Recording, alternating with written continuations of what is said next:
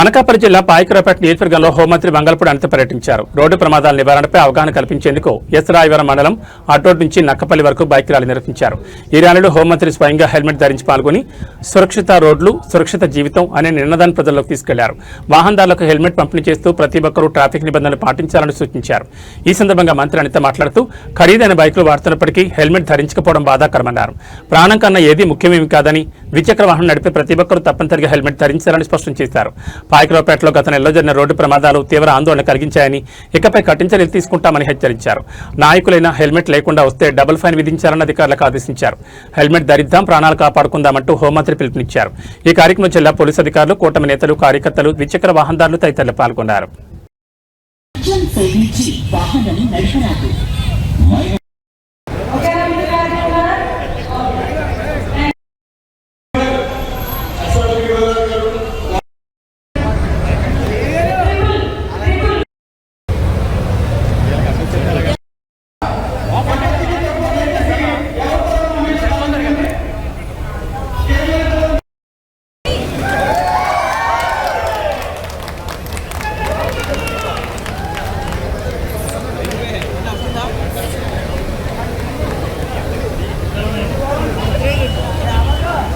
कुमार दाबा के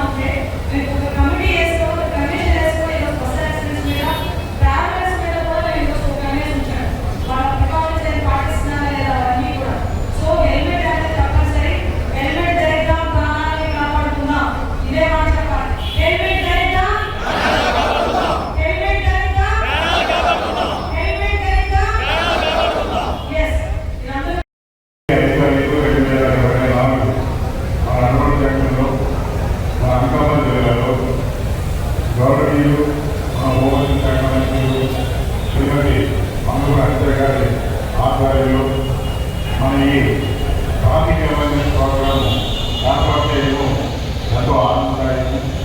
ట్రాఫిక్ విషయాలన్నీ చాలా చిన్నగా కనిపిస్తాయి, కానీ ఈరోజు మన ఆంధ్రప్రదేశ్ హోంశాఖ మంత్రుల వారు మిమ్మల్ని అవేర్నెస్ కల్పించాలనే ఉద్దేశంతో, ముఖ్యంగా మీ కుటుంబాలని ఆదుకోవాలనే ఉద్దేశంతో, ఎందుకంటే మీకు చాలా చిన్న సబ్జెక్ట్లా కనిపించవచ్చు, కానీ జీవితాలు నెక్స్ట్ బ్రతుకులు నెక్స్ట్ కుటుంబ వ్యవహారాన్ని మన చిన్న నిర్లక్ష్యం వల్లనే మన రోడ్డు పడతాం. అట్టి సందర్భంలో మనం ఎవరు తీసుకోవాలో ఏంటి అర్థం కాక అందరూ చాలా ఇబ్బందులు పడతాం.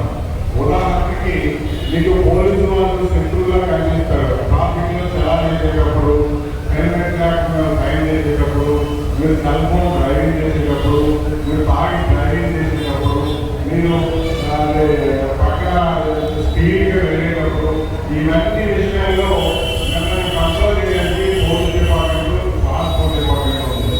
ఈ విషయాలన్నీ మూలంగా అర్థం చేసుకుంటే ప్రతి విషయంలో కూడా మిమ్మల్ని దగ్గర ఒక అవేర్నెస్ ప్రోగ్రామ్ పెట్టలే ఉన్నాం.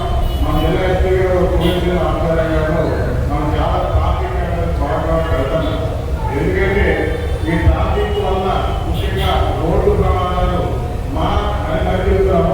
మన యొక్క తప్పిదాల వల్ల మాత్రమే జరుగుతున్నది. ఉదాహరణ cell phone driving, drunk and driving, next without helmet, speed driving, licence licence driving. So ఇవన్నీ మనం చేసుకుంటూ పోతాము.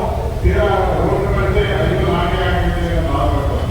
సో దయచేసి ఈ ప్రోగ్రాము చాలా మంది చనిపోయారు. రోజుకి 3 ముఖ్యంగా